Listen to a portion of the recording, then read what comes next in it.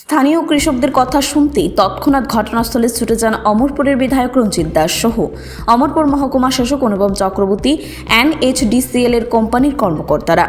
ঘটনার বিবরণে জানা যায়, অমরপুর বীরগঞ্জ এবং সরবং জলার উপর দিয়ে জাতীয় সড়ক নির্মিত হচ্ছে।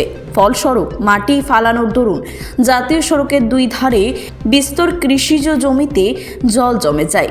স্থানীয় কৃষকদের ব্যাপক ক্ষতির সম্ভাবনা হয়ে ওঠে, যার ফলে উক্ত এলাকার কৃষকরা স্থানীয় বিধায়কের নিকট নিয়ে আসলে বিধায়ক রঞ্জিত দাস তৎক্ষণাৎ মহকুমা শাসক সহ জাতীয় সড়ক নির্মাণ সংস্থার ঠিকাদারদের নিয়ে ঘটনাস্থলে ছুটে যান এবং জাতীয় সড়ক নির্মাণ সংস্থার ঠিকাদারদের সঙ্গে আলোচনাক্রমে উক্ত সমস্যাটির সমাধানের উদ্যোগ গ্রহণ করেন।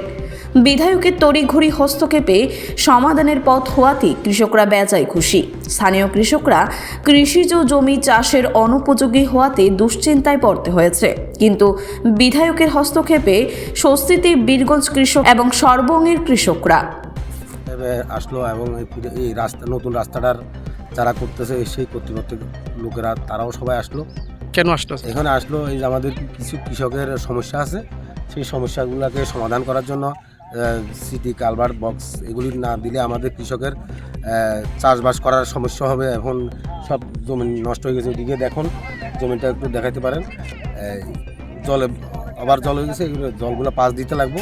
সেই টুকিটাকি সমস্যাগুলো সমাধান করার জন্য আমাদের MLA সাহেব আসলো, আমরা ওনার কাছে গেছিলাম, উনি এখন আসলেন না, এখন তো আশা দিল, এখন ভালোই, এখন ইমিডিয়েটলি কাজটা করবে বলতেছে, 2-1 দিনের মধ্যে কাজটা করবে বলতেছে।